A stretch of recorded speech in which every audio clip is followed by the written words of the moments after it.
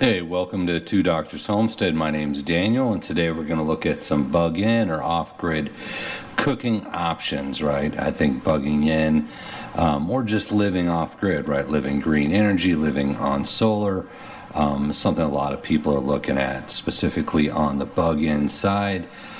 If you have a battery backup system, if you have a solar backup system, or if you're interested in getting into one, it's important to understand how much you need, how much solar or how much battery backup, how big of an inverter you actually need to do some of the things you might want to do on a day-to-day basis, right? So I did a video before on the Cuisinmax, plugged it in and made some oatmeal, and that's running off my battery backup. So I have a 8 100 watt solar panel system, 2 charge controllers, 4 200 amp hour batteries, and a 2000 watt inverter, and that's wired back in to an outlet in my kitchen, so that acts as a backup power system.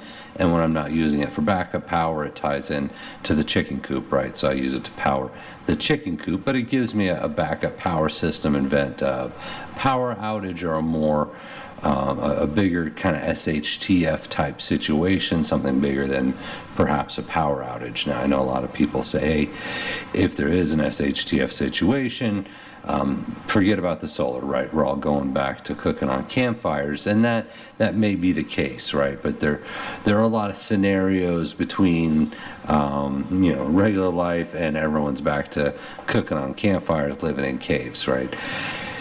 So there is a place to have the solar. Admittedly, if there's a EMP or something like that, EMP attack, electromagnetic pulse from some nuclear detonation from a foreign adversary, that would probably wipe out most of the electrical stuff, and unless you had all of your solar equipment in a Faraday cage, it wouldn't work. But if it's just a regular blackout or one of many other possible scenarios that could find yourself in, say extended blackout, any kind of a collapse or civil unrest, there's a lot of SHTF type scenarios that don't involve an EMP strike, right? And in that case, if it was a blackout or something like that and your power went down, you'd need to find an alternative to prepare your food, right?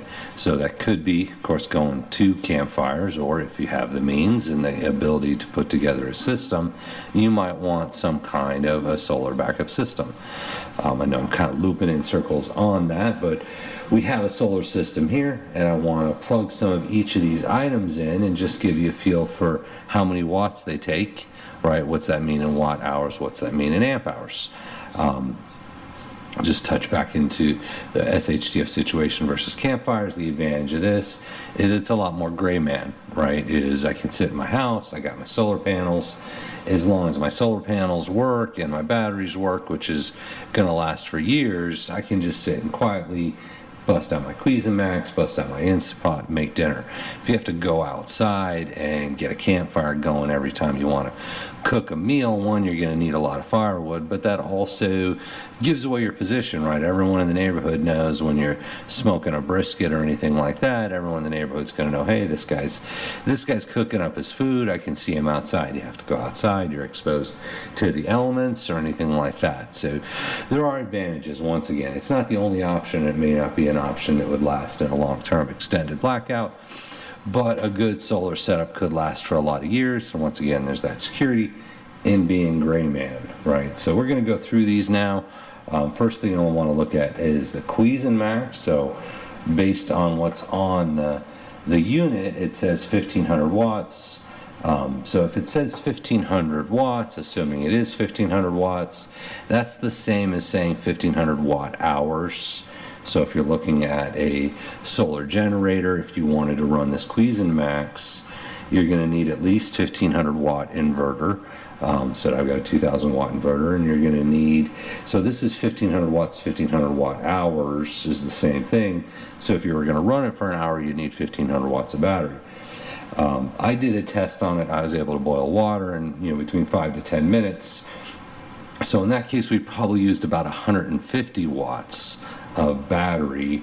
You still need that minimum 1500 watt inverter to run it.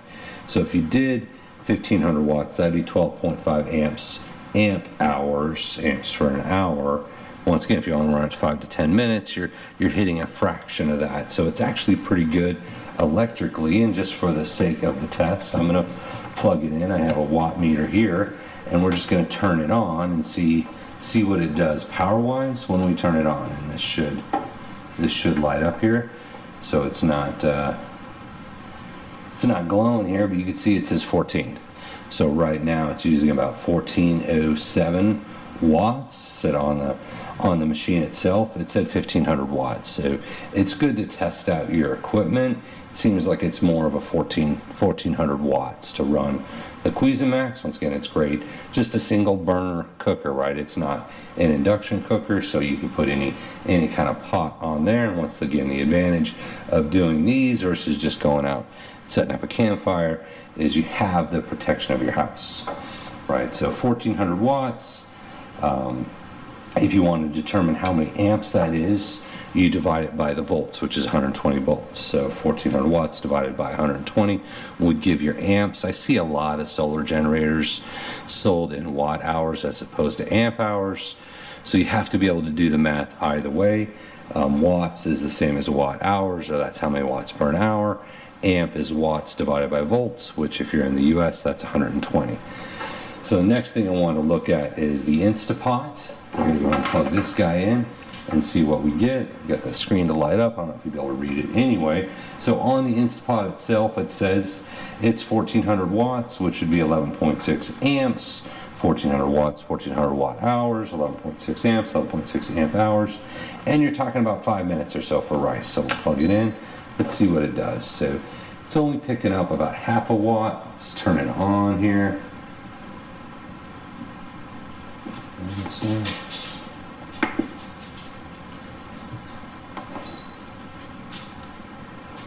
I don't actually want to run it because there's nothing in it, but just plugged in, turned on, it's 0.4 watts.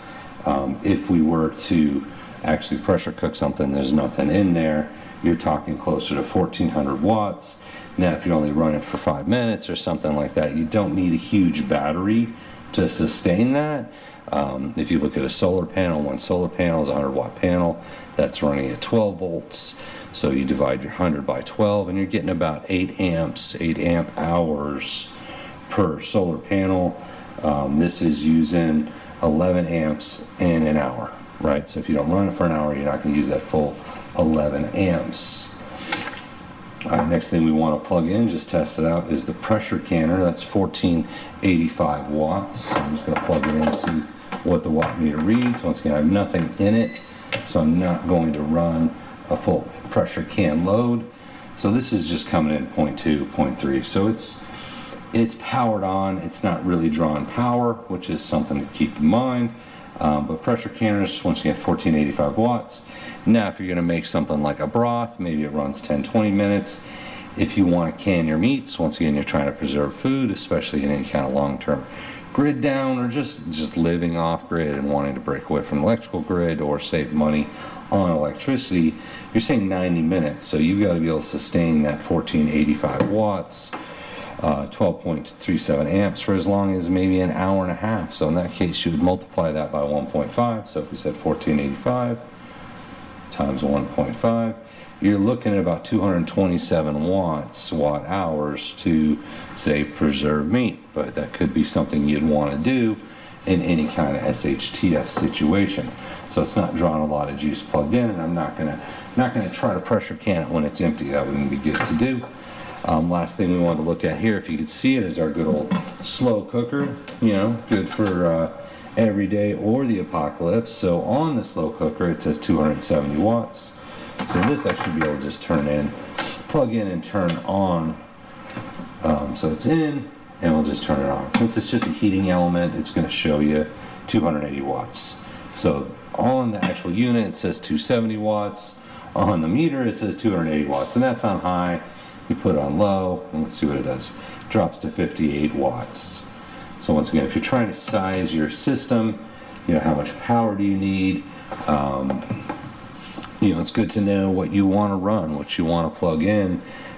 Something like a slow cooker might have to run for 4 or 8 hours, but if it's only pulling 270 watts, even on the highest setting, that's not a lot. That's not a lot of watts. So I hope that helps out, just gets you in the mindset of, say, how do I size my solar? It is actually something people do ask me occasionally, say, I want to run this. What do I need? What kind of solar do I need?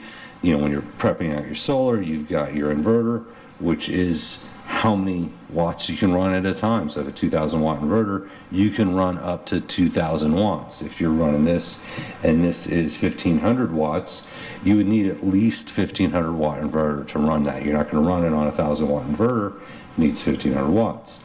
Now, your next step behind the inverter are the batteries. This is 12.5 amps, so that's 12.5 amps to run it for an hour. You would need at least 12.5 amp hours of battery available to run it for an hour. Now, something like a lead acid battery, you only get about 50%. I've seen people use other numbers. I'll give 50% on a lead acid battery. So if you want to run that for an hour on lead acid, you'd need at least 25 amp hours of battery, so you don't go below that 50% mark. This, let's see, that was 12.5. That is the biggest one, actually, an amp draw. But something like the pressure canner, you're probably going to run longer. So I hope that helps out, just gets you thinking. You know, you want to have options, right? You know, certainly nothing against doing the campfire. I've been camping many times, cooking on a campfire. I wouldn't want that to be my first option or my only option in any kind of grid down or SHTF type scenario. You want to have other options, and I realize certainly solar is expensive. If you build your own system, if you're doing more of a solar generator or a smaller backup solar system, it's not as expensive as something like a whole house Tesla system, which I know someone that has that, and that was like 70 grand, right? I'm not talking 70 grand here. You can build your own system for a lot less than that, right? You really have to know, though, what do you want to run? What are your plans? So I hope that helps out. Thank you for watching, and we appreciate you.